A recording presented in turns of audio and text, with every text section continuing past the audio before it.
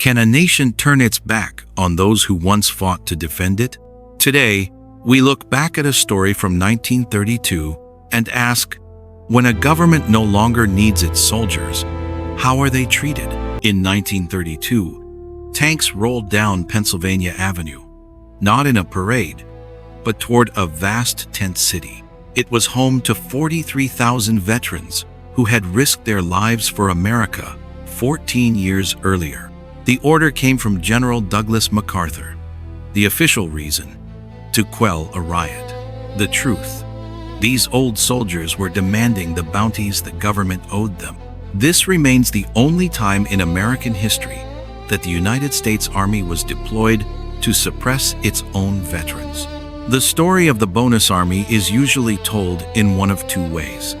It is either presented as a tragedy of impoverished veterans brutally suppressed, or as a dilemma the Herbert Hoover administration was forced to handle in the midst of crisis.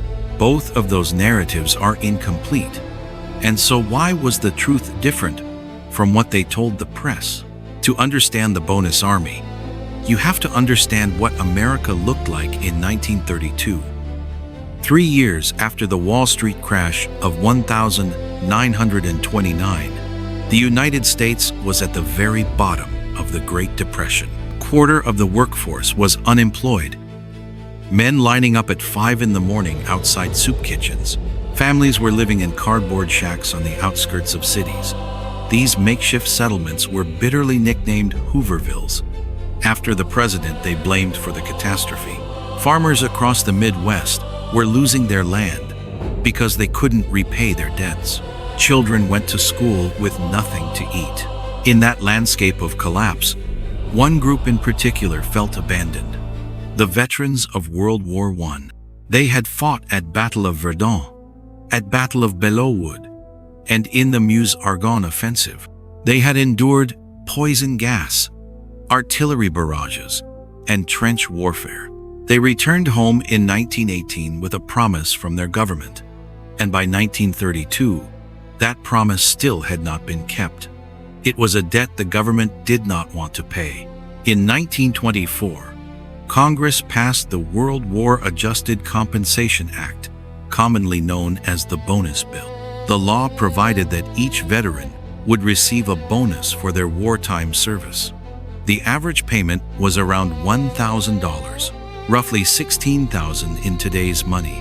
But here is what many popular history accounts leave out. The money was not to be paid immediately. This document was issued and the payment was received in 1945-21, years after it had been signed. In 1924, when the economy was booming, that seemed acceptable. In 1932, when veterans were going hungry, a certificate redeemable in 1945 felt like a cruel joke. You can't buy bread with a promise that hasn't come due. Beginning in 1931, veterans started lobbying for early payment cash. Now, instead of waiting until 1945, they weren't asking for more money.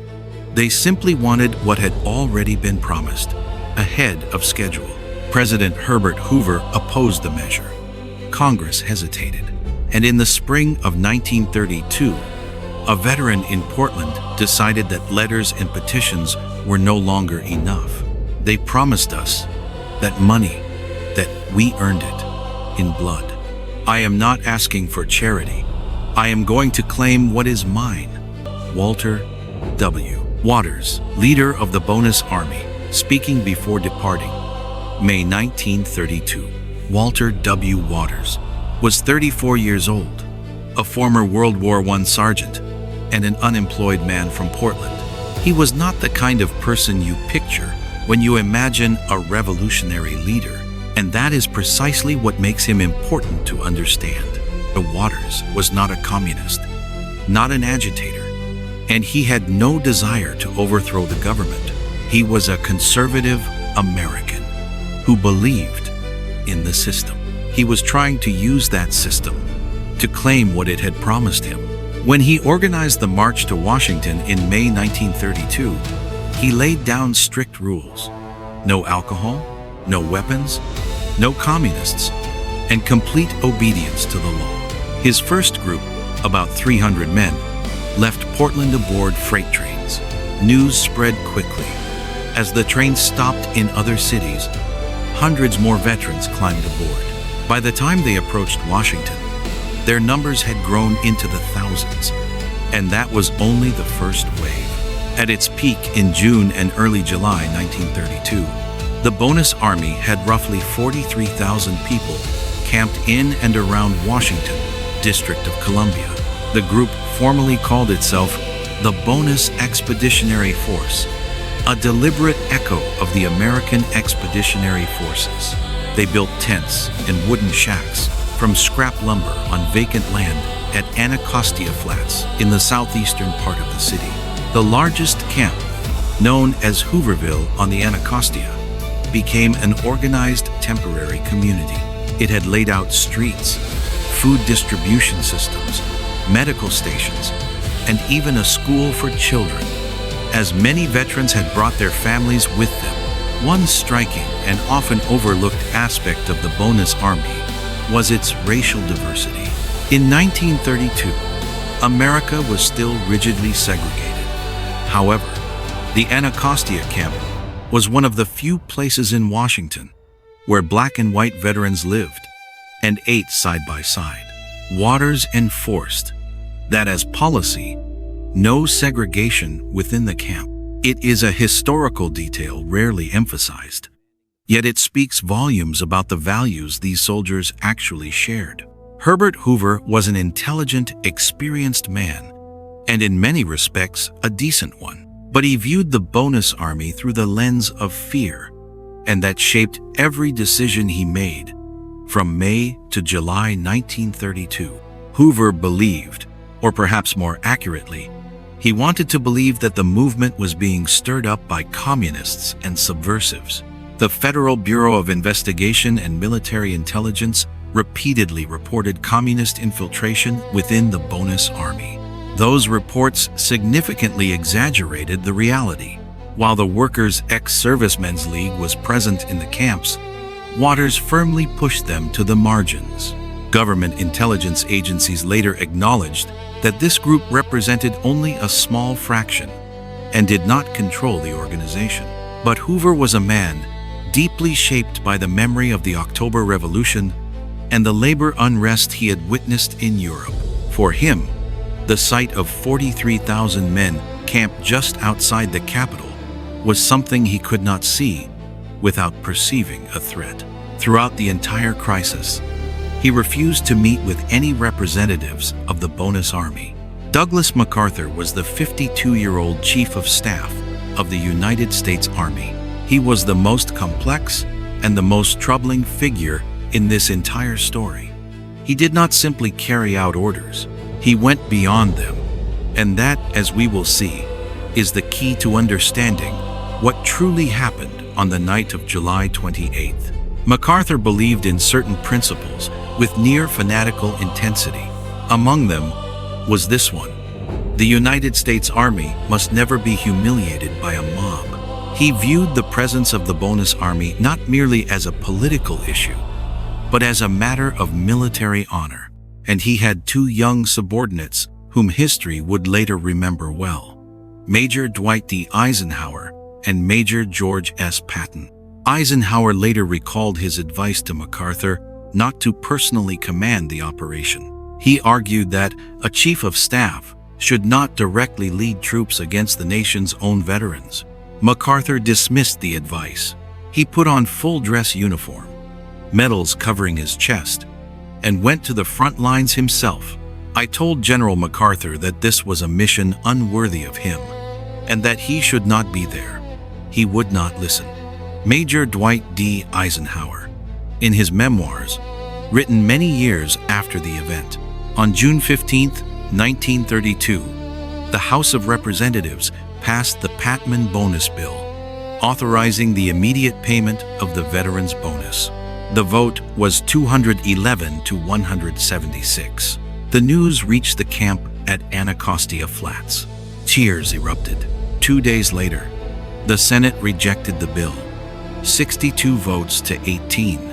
Herbert Hoover had already announced that he would veto it if it passed the Senate.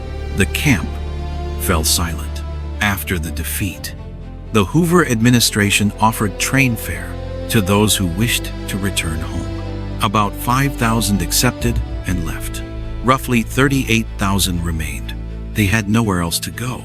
This is crucial. The government misinterpreted their decision to stay as evidence of violent intent or outside manipulation. In reality, most of those who remained had no homes, no jobs, and nothing waiting for them if they left. They did not stay because they wanted confrontation. They stayed because there was nowhere else to go. July 28, 1932. The day history was rewritten. The immediate trigger for the crackdown began on the morning of July 28th. Washington, District of Columbia Police were ordered to evict veterans from several vacant buildings near Capitol Hill that were awaiting demolition. During the eviction, scuffles broke out. 2 police officers were struck with thrown stones. Then, amid the chaos, 2 veterans were shot and killed. They were William Hushka, a Lithuanian immigrant who had served in the United States Army, and Eric Carlson.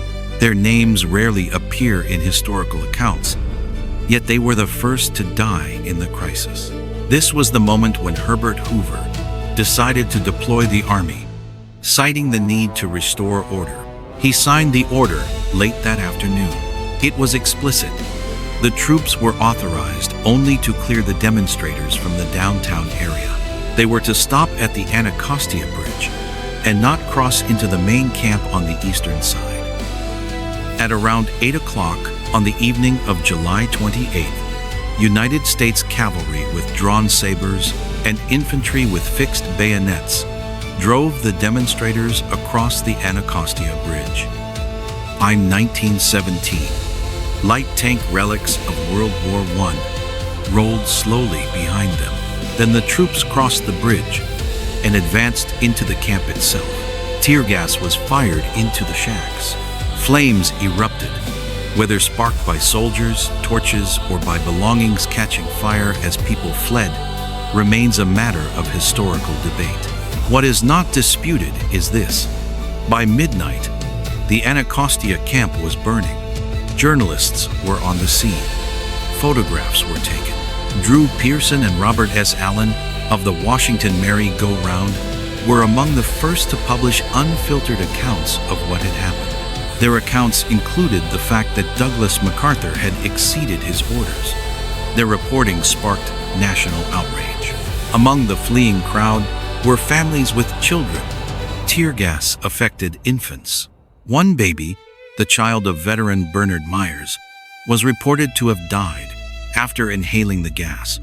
Though authorities disputed the direct cause, 2 other people died in the following days from injuries related to the events. I fought at Battle of Belle-Aux-Wood. I was shot. I endured poison gas in the Meuse-Argonne offensive. And tonight, the army of my own country fired tear gas at me while I was asleep. Joseph Angolino, recipient of the Distinguished Service Medal. In an interview with the press on July 29, 1932, 2 men present that night would later become 2 of the most important generals of World War II, Dwight D. Eisenhower and George S. Patton, and both left behind very different personal accounts of the event. Eisenhower, as mentioned earlier, opposed MacArthur's decision to personally command the operation. In his memoir, published in 1967 after he had served as president, he wrote candidly about the event. He stated that he believed the entire operation was a mistake, and that Douglas MacArthur had acted out of personal ego rather than strict adherence to lawful orders. Patton, often remembered as an instigator of aggression, left a more complicated record.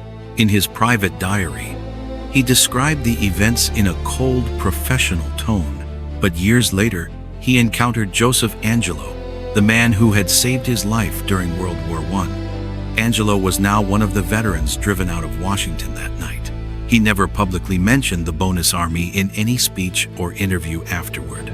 One figure often overlooked in the story of the bonus army is J. Edgar Hoover, director of the Federal Bureau of Investigation. Hoover and the Justice Department supplied intelligence to the White House, claiming that the movement had been seriously infiltrated by communists and criminals. After portions of the Federal Bureau of Investigations, files from this period were declassified in the 1970s and 1980s, researchers found that those reports had been far more dramatic than the reality. There were communists in the camp that much cannot be denied, but their numbers and their degree of control over the organization had been systematically exaggerated. This matters because it means the decision to deploy the army was built on a distorted intelligence picture. Hoover knew that. There is also evidence suggesting he deliberately colored the reports to justify more decisive action. This was a pattern of behavior he would repeat many times throughout his career. Douglas MacArthur's official report on the operation was submitted to the War Department and later released to the public. The report made no mention of the fact that he had received 2 separate orders from the president to halt and had refused to comply. Dwight D. Eisenhower, who witnessed this directly, recorded it in his private memoirs, but did not speak publicly about it until decades later. The administration of Herbert Hoover, rather than clarifying the truth that MacArthur had exceeded his orders, allowed MacArthur to define the narrative. The next morning, MacArthur stood before the press and declared that without the previous night's operation, the overthrow of the government was certain. There was no evidence to support that claim. But because Hoover did not contradict him, it became the public story. Hoover's silence in the face of MacArthur's exaggerations was not passive. Politically, it was a calculation. If he acknowledged that MacArthur had gone beyond his orders, he would have to explain why he had not disciplined him. That would have drawn the entire episode into a congressional investigation he did not want to face in an election year. In November 1932, Herbert Hoover was defeated by Franklin D. Roosevelt in one of the most lopsided presidential election losses in American history. The primary cause was the Great Depression, but the images of tanks and tear gas at Anacostia did Hoover no favors. The Washington Post wrote that he had lost the heart of America on the night of July 28th. Roosevelt, upon taking office, did not immediately grant the veterans' demand for early bonus payment. In fact, he also vetoed another version of the Patman bonus bill in 1935. But he differed from Hoover in one crucial respect. When a second bonus army march arrived in Washington in 1933, Roosevelt did not deploy the military. He sent his wife, Eleanor Roosevelt, to meet them instead. She walked through the camp, shook hands, and listened. There were no tanks. The veterans finally received their bonus in 1936, when Congress voted to override Roosevelt's veto. 9 years after they had come to Washington, carrying certificates that could not yet be redeemed. This is the part of the story that, if you follow history and care about accountability, should give you pause. Douglas MacArthur was not disciplined, not reprimanded, not investigated. He had received 2 direct orders from the President of the United States and refused to comply. He exceeded the limits of his authority and attacked a civilian camp he had not been authorized to enter. And the next morning, he stood before the press, speaking as though he had saved the Republic itself. In 1935, MacArthur became military advisor to the Philippines. In 1941, he was recalled to active duty in the United States Army and became Supreme Commander in the Pacific. In 1944, he was promoted to 5-star General of the Army, the highest rank in the United States military. He ended World War II as a national hero. History is not short on examples of those who defy orders and face no consequences. But such moments are always worth recording clearly. Walter W. Waters was the man who organized the entire march, maintained order in the camps, and prevented extremist groups from taking control of the movement. He all but disappeared from history after 1932. In 1933, he published a memoir, Bonus Expeditionary Force, the whole story of the Bonus Army. But it did not sell well. He tried to keep the movement alive, yet its momentum was gone. He lived for decades afterward, working odd jobs, and died in 1959 in relative obscurity. His name appears on no memorial. Every time I read about the Bonus Army, I find myself stopping at the same detail. Twice, messengers arrived with orders for Douglas MacArthur to halt, and twice, he refused to accept them. Not because this was the worst crime in the story. In fact, in terms of tangible consequences, it was far less serious than the other events. But it was the moment when the entire structure of power was most clearly exposed. A general knew he was exceeding his orders and knew someone was trying to stop him. He decided that his own ego and conviction about what was necessary carried more weight than the lawful directive of the head of state. And he was right in terms of political consequences. He was not punished. He was promoted. His version of events became the official story for decades. This is not about MacArthur's cruelty. It is about how systems of power respond when someone inside the system does what the system wants done, but does not want to take responsibility for. As for Herbert Hoover, he was not a villain. He was afraid. And that can be more dangerous in a person with power. Fear produces decisions that cannot be justified, and then narratives constructed afterward to explain them away. He did not crudely lie to the press. He allowed MacArthur to lie and did not correct him. The moral distance between those two acts is thinner than people often assume. And as for the veterans at Anacostia, what I want you to carry away from this video is not just the image of fire and tanks. It is the image of the organized camp that existed before. In this camp, black and white veterans ate together. There was a school for children, and Walter W. Waters maintained discipline and kept agitators out. These were not men seeking revolution. They wanted money that had been promised to them, and the system they believed in. The system they had carried rifles to defend responded by labeling them a threat. No side in this story is entirely innocent. There were individuals within the movement who had bad intentions. The government faced real financial pressures during the Great Depression, and the violence of July 28th was real, not staged by anyone. But none of that changes the core question. When a government stands before aging, unarmed soldiers sleeping in tents with their families and chooses tanks over dialogue, that is a choice, not inevitability, a choice. And whenever a government decides that speaking with its own citizens is more dangerous than sending in the army, that is a moment worth recording. The purpose is to remember, not to pass judgment.